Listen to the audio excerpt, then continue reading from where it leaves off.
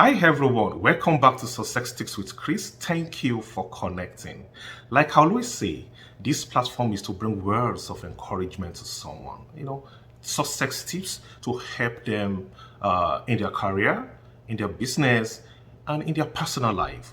And we're going to a very interesting topic today, and I pray that this topic will bless you. Before I go into this topic, I've seen some messages in my DM, people asking for the next episode of Success Tips with Chris.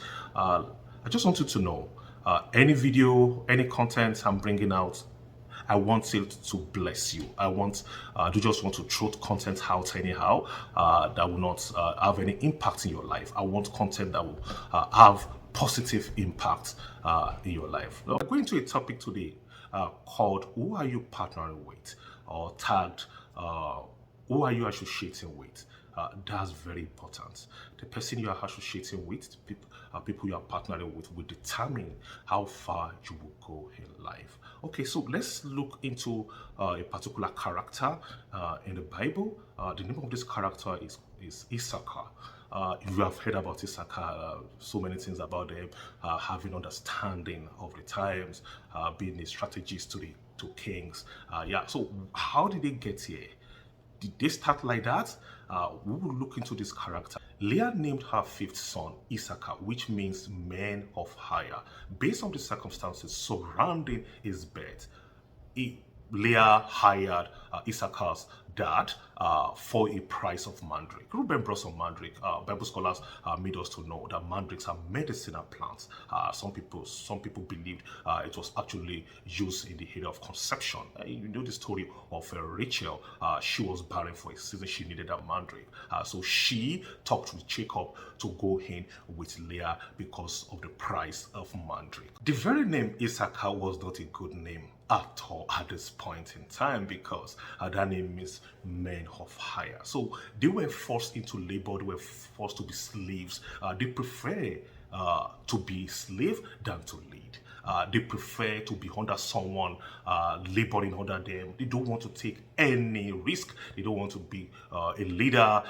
They don't. At that point in time, this particular tribe or this particular character, they want to do anything that has to do with leadership, because of that particular circumstances surrounding his birth. But something happened to this particular character, to Issachar.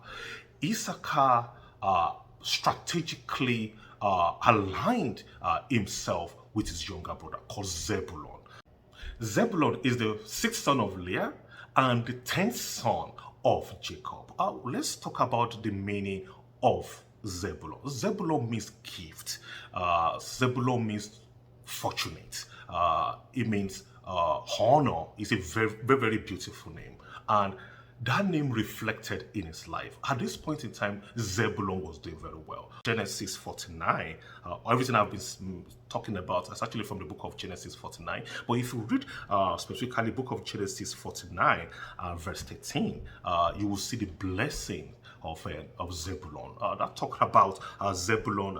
It says, Zebulon shall dwell in the haven of the sea, and shall be for an haven of sheep, and his border shall be unto Sidon. It was a businessman, a contract person, doing very well for himself, and he has his business at Zidon. So let me talk a little bit about Zidon. Zidon is in the contemporary, it's like a seaport. It's where ships harbor. They come after they've gone, and they are going or coming, and they come to that particular harbor, and there's exchange, like what we have today, international trade, exchange of trade between countries and everything. So this guy, that's what he was doing, importing and exporting, doing very well for himself, a business person. So Zebulon was doing well, a gifted person, an honorable man who was doing very well in his business. So his brother Issachar wasn't doing very well. I told you they were forced into labor. They were men of hire. If I look at someone to hire, they were doing that. But he thought about, let me just partner with someone. Let me just associate myself with someone. So he started associating with his younger brother, and that changed his life. That transformed everything about him. And the good thing for Zebulon too, because Zebulon has always been out transacting, negotiating, and he needed someone who will just be at the back end, helping him with his administrative work, helping him with his risk assessments, helping him to strategize and everything. So that arrangement really worked for the two of them. Issachar didn't stop at that. They kept evolving. And now we'll mention some of their achievements here. So they became a strategist for King David. Even the tribe, they passed that particular knowledge, the wisdom, what they've acquired through studying, because during the time that Issachar was living in the tent, staying home to help the business of Zebulun, he started to study. He studied a lot, so he acquired so much knowledge, which he passed to his children, and his children to their grandchildren, and they passed on in that generation, till that tribe became so relevant that they became a strategist to King David during battles. So they tell David, you have to do it this way, you have to go this way, and that really helped David's regime or reign. They said, the Bible said they had understanding of the times. They were able to discern what to do per time. A whole nation always wait for their instructions. Nations wait for them. When Issachar comes out, or anybody in that tribe to say, this is where we go, they believe them. And this is a man who came from nothing. That is very powerful. But through strategic alignment, through strategic association, he changed everything around him. He found something great about himself, found his potentials, developed it, evolved into something very powerful in Israel. Said they can discern God's agenda for a season. They excel in the knowledge of God's law. They became an addict. They studied the law of God. They become an addict of the word of God. They were studious. They were ready to put in the time, the sacrifice to learn and become something great in Israel. Maybe I'm talking about someone today. I don't know where you are today. I don't know what you are looking to achieve. Look at this beautiful story of Issachar. Issachar came from nowhere, no relevance at all. But he was able to transform his life, not only himself, but the whole generation, and became very powerful. Always look to be better. Don't trivialize the potentials God has placed inside of you. Bring it forward. Make use of it strategically. Associate yourself, and you'll be what God has planned for you. Always look to be better. Don't be afraid to launch out, and you will see God helping you.